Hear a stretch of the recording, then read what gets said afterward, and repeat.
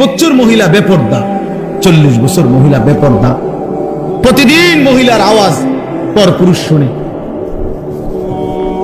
পরপুরুষ শুনে।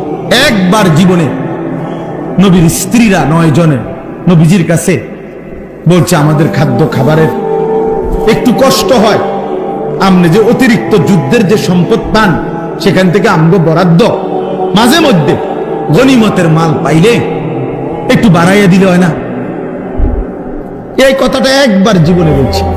রাসূলুল্লাহ সাল্লাল্লাহু আলাইহি ওয়াসাল্লামের স্ত্রীরা 9 জন, আল্লাহর নবী সাল্লাল্লাহু আলাইহি ওয়াসাল্লাম সেদিন এশার নামাজ পড়ে আর ঘরে যায় নাই। মনটা কষ্ট পাইছে, হায় আমার বিবিরা দুনিয়া চাইলো, আমার ঘরে থাইকা আমার বিবি হইয়া ওরা দুনিয়া চাইলো।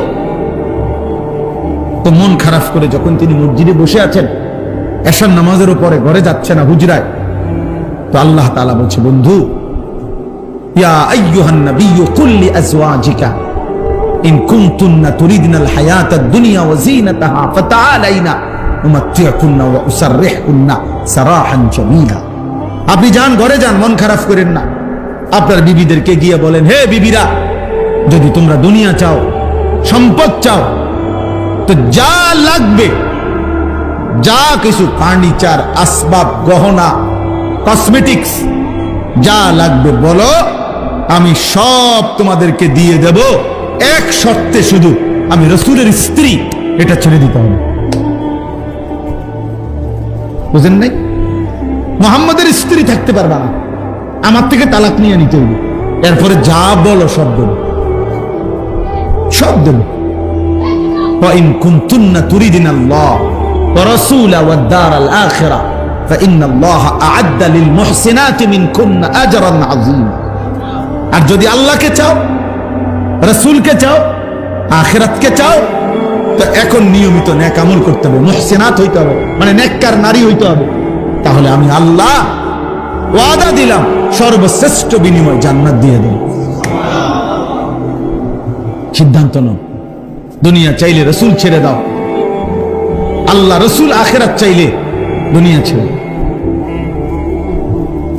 আল্লাহ নবী সাল্লাল্লাহু আলাইহি ওয়াসাল্লাম আম্মা জান আয়েশা রাদিয়াল্লাহু তাআলা আনহাকে বলছে, ঘরে আয়েশা, নবীর স্ত্রী আয়েশাকে, আয়েশা শোনো, তোমাদের দাবি দেওয়ার ক্ষেত্রে আল্লাহর পক্ষ থেকে এখন আয়াত নাজিল হয়েছে, আমি শুনাইতেছি, তবে ভূমিকা বলছে নবী একটা, যে আয়াতটা বলার আগে আগে শোনো, তৎক্ষণাৎ জবাব দিও না।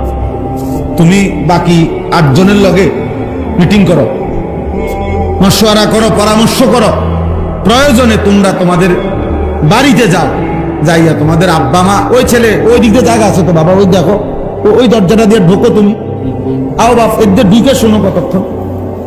তো দেখেন নবীজি ভূমিকা কয় যে তোমাকে আব্বা মার লগে দরকার হলে গিয়া কি করো, বুঝ কইরো, পরামর্শ কইরো, তোমরা মিটিং করো। তো এরপরে উত্তর দিলে চলবে, নগদ উত্তর দিও না। আয়েশা রাদিয়াল্লাহু তাআলা আনহা বুঝছে ঘটনা ভালো না, উনি আর বুঝুন তো, যা বুঝার বুঝাই লাগছে যে লক্ষণ ভালো না, যে এমনি গুছাইতে আছে।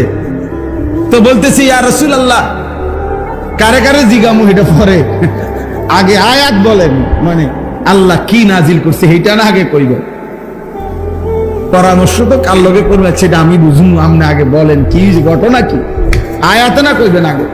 তো নবীজি বলছে, আল্লাহ এই আয়াত নাজিল করছে, দুনিয়া চাইলে নাও, রাসূলকে ছেড়ে দাও, আখিরাত চাইলে আল্লাহকে, চাইলে রাসূলকে, চাইলে অপেক্ষা করো, আখিরাত মিলবে, আজরে আজিম মিলবে, জান্নাত মিলবে।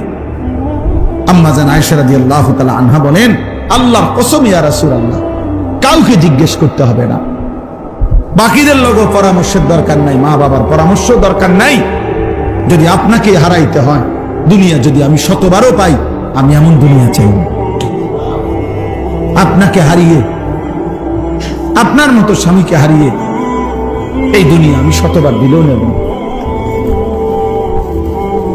প্রত্যাখ্যান করছেন, আরে না বলেন, বলছিলাম একটা আবদার, কিন্তু তার মানে আপনাকে হারাবো। হ্যাঁ, ইয়া নিসা আন-নবী মান ইয়াতি মিনকুন্না বিফাহিশাতিন মুবায়্যিনাহ ইউদাআফ লাহাল আযাবু দি'ফাইন। وكان ذلك على الله يسيرا। আল্লাহ বলে দিলেন, হে নবীর স্ত্রীগণ, ইমানদার নারীগণ, শুনে নাও, তোমাদের মধ্য থেকে যে কেউ যেই কোন রকমের অশ্লীলতা বেহায়াপনা করবে, নারী হয়েও আমি আল্লাহ ওয়াদা দিলাম, কোন ইমানদার নারী যদি জিনা, ব্যভিচার, বেহায়া, হারাম সম্পর্ক কোন ছেলের সাথে, ভিন পুরুষের সাথে, অবিবাহিত কিংবা বিবাহিত, যে কোনো অবৈধ সম্পর্ক, গুনাহের কোনো কিছু করবে, অশ্লীলতা, বেহায়াপনা, আল্লাহ বলেন আমি ওয়াদা দিলাম, ইউদাআফ লাহাল আযাবু দি'ফাইন, তাকে তার প্রত্যেকটা পাপের কারণে দ্বিগুণ দ্বিগুণ শাস্তি দেব। নারী হইয়া বেদ্য হইলা কেমনে? নারী হইয়া চরিত্রহীন হইলা কেমনে? নারী তো সৃষ্টিগত ভাবেই লাজুকতা বেশি তার। নারীর শরীরের মধ্যে আল্লাহ হায়া বেশি দিছেন, লজ্জা বেশি দিছেন।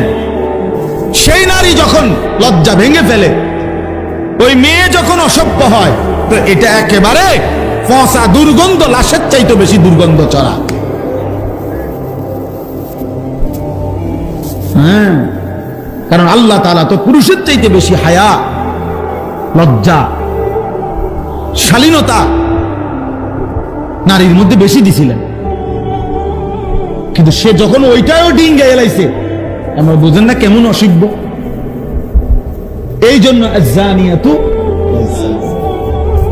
এই জন্য কোন ছেলে মেয়ে যদি জিনা করে, নারী পুরুষ যদি জিনা করে, ব্যভিচার করে, আল্লাহ যে শাস্তিটা বলছে কোরআনে, এক্ষেত্রে নারীর কথা আগে বলছে। চুরির ক্ষেত্রে পুরুষের কথা আগে বলছে। আস-সারিকু ওয়াস-সারিকাতু, পুরুষ চোর, মহিলা চোর। আর আয-যানিয়াতু ওয়াজ-যানি, মহিলা ব্যভিচারিণী এবং পুরুষ ব্যভিচারী।